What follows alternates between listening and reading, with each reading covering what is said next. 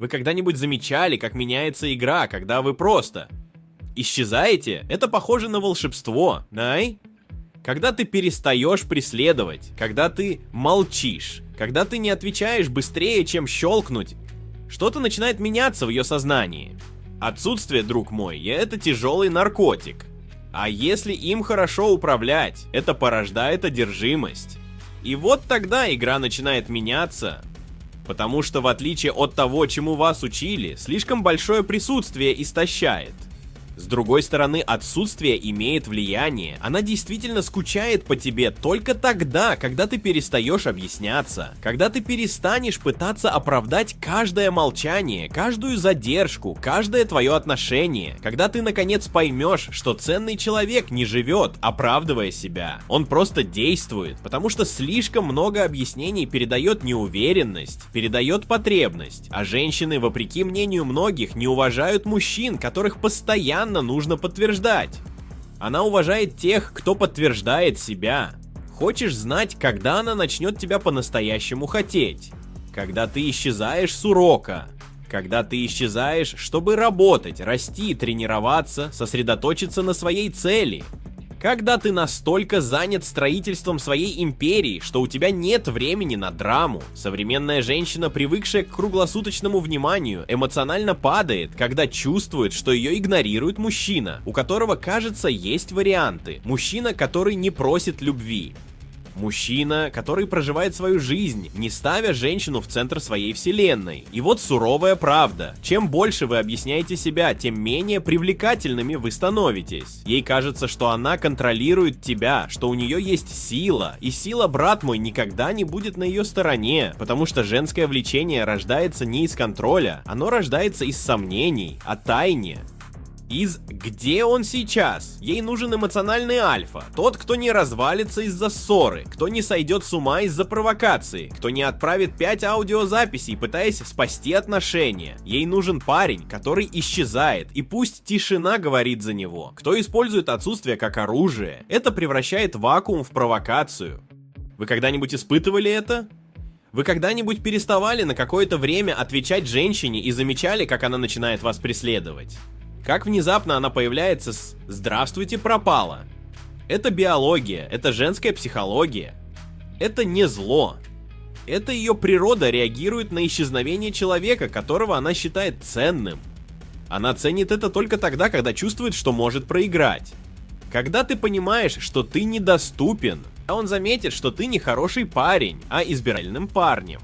Итак, вопрос. Становитесь ли вы этим человеком? Ходишь ли ты в спортзал? Заботишься о своем теле? Зарабатываешь деньги? Профессионально развиваешься? Читаешь книги? Учишься? Окружаешь себя мужчинами лучше, чем ты? Потому что только тогда ее отсутствие будет истолковано как красная тревога. Знак того, что она может потерять ценного человека. Перестаньте быть предсказуемым. Перестаньте всегда быть рядом. Будьте тем отсутствием, которое порождает любопытство. Будь то тишина, создающая напряжение. Будьте исчезновением, которое сеет сомнения. И тогда да, она начнет желать тебя, как никогда раньше. И скажи мне, ты когда-нибудь заставлял женщину по-настоящему скучать по тебе? Вы когда-нибудь использовали молчание в качестве стратегии? Прокомментируйте здесь, я хочу знать, насколько далеко заходит ваша стратегическая холодность. Исчезнуть, моя дорогая. Ох, исчезнуть — это искусство. И если все сделано правильно, оно более мощно, чем 1000 приятных сообщений, более насыщенное, чем любой сентиментальный текст, более запоминающееся, чем часы разговоров, пытающихся доказать свою ценность. Исчезновение — это предоставление простора женскому разуму для выполнения работы, которую вы никогда не сможете выполнить словами, создать фантазию, создать напряжение, создать тоску. И если есть что-то, что женщины умеют делать хорошо, так это воображение. А теперь подумай вместе со мной. Ты действительно думаешь, что, будучи все время доступной и каждое утро говоря «Доброе утро, принцесса», она будет ценить тебя? Это не так. Она отнесет вас к категории предсказуемых. А предсказуемость, моя дорогая, является синонимом одноразового. Когда ты исчезаешь, ты зажигаешь внутри нее тревогу, и именно там, в тишине, вы приобретаете территорию, потому что пока ты молчишь, она думает о тебе. Ему интересно, где ты, с кем ты, почему ты не ответил.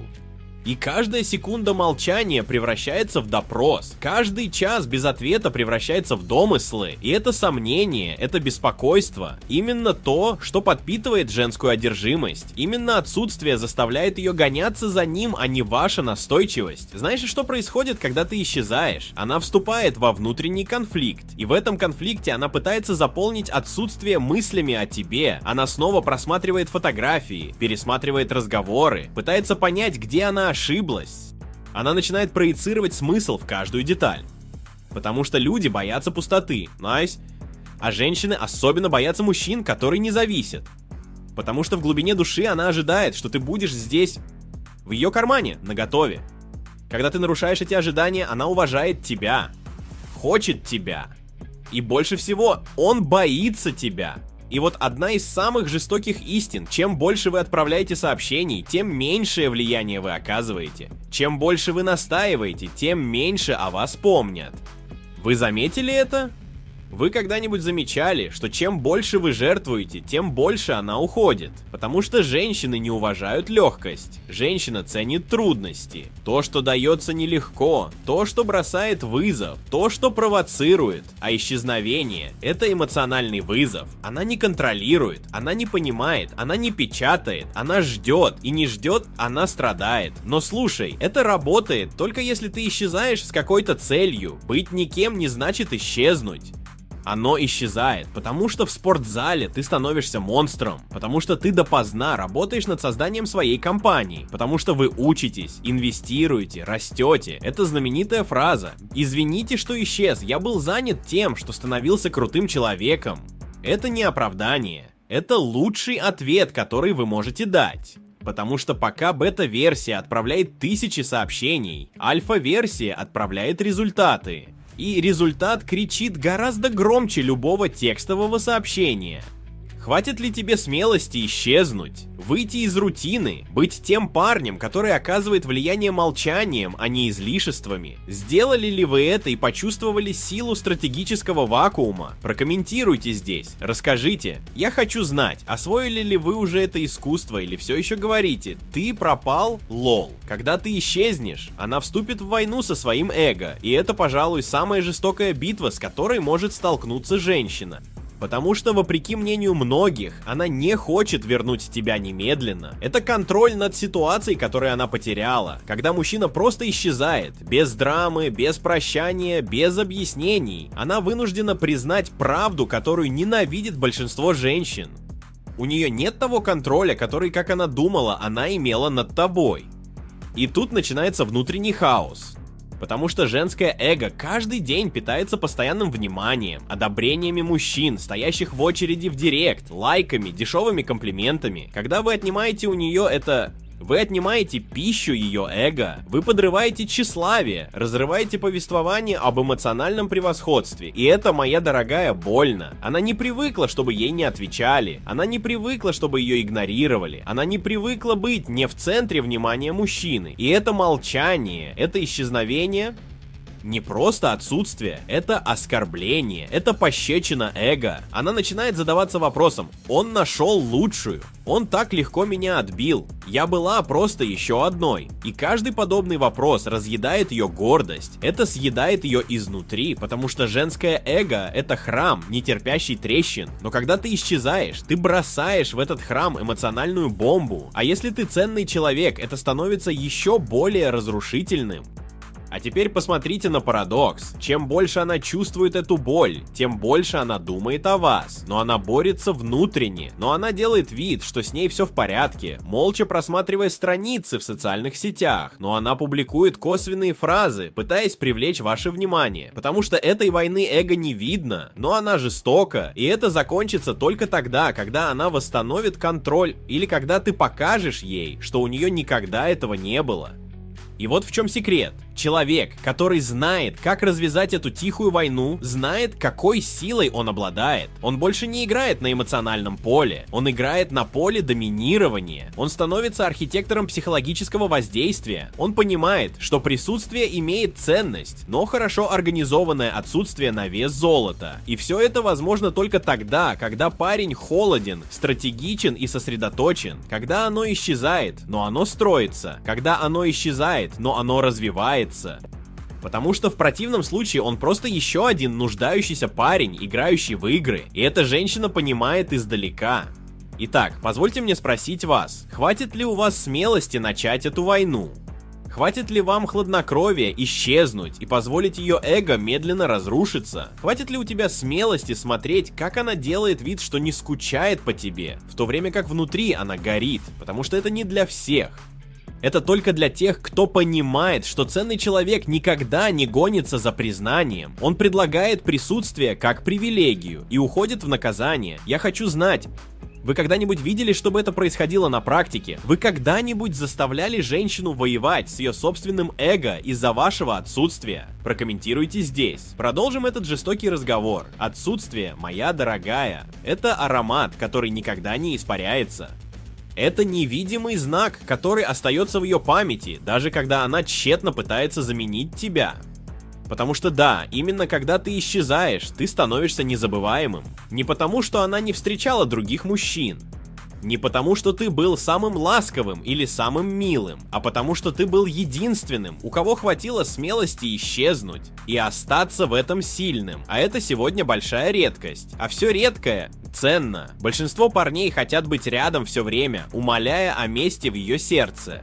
Но человек, который исчезает, который становится отсутствием, который уходит с классом и целью, становится загадкой. А женский ум пристрастился к загадкам. Когда ты исчезнешь, она больше не сможет поместить тебя в коробку. Она не знает, думаешь ли ты еще о ней, с кем-то уже ты, хочешь ли ты ее по-прежнему, или ты просто забыл ее. И эта неуверенность ее мучает, потому что ее эго не может смириться с тем, что у мужчины есть сила исчезнуть, не оглядываясь назад. Хочешь знать, почему она не может тебя забыть? Потому что ты стал загадкой, которую она так и не расшифровала. Вы стали тем «а что если?», которое преследует ее мысли, когда она кладет голову на подушку.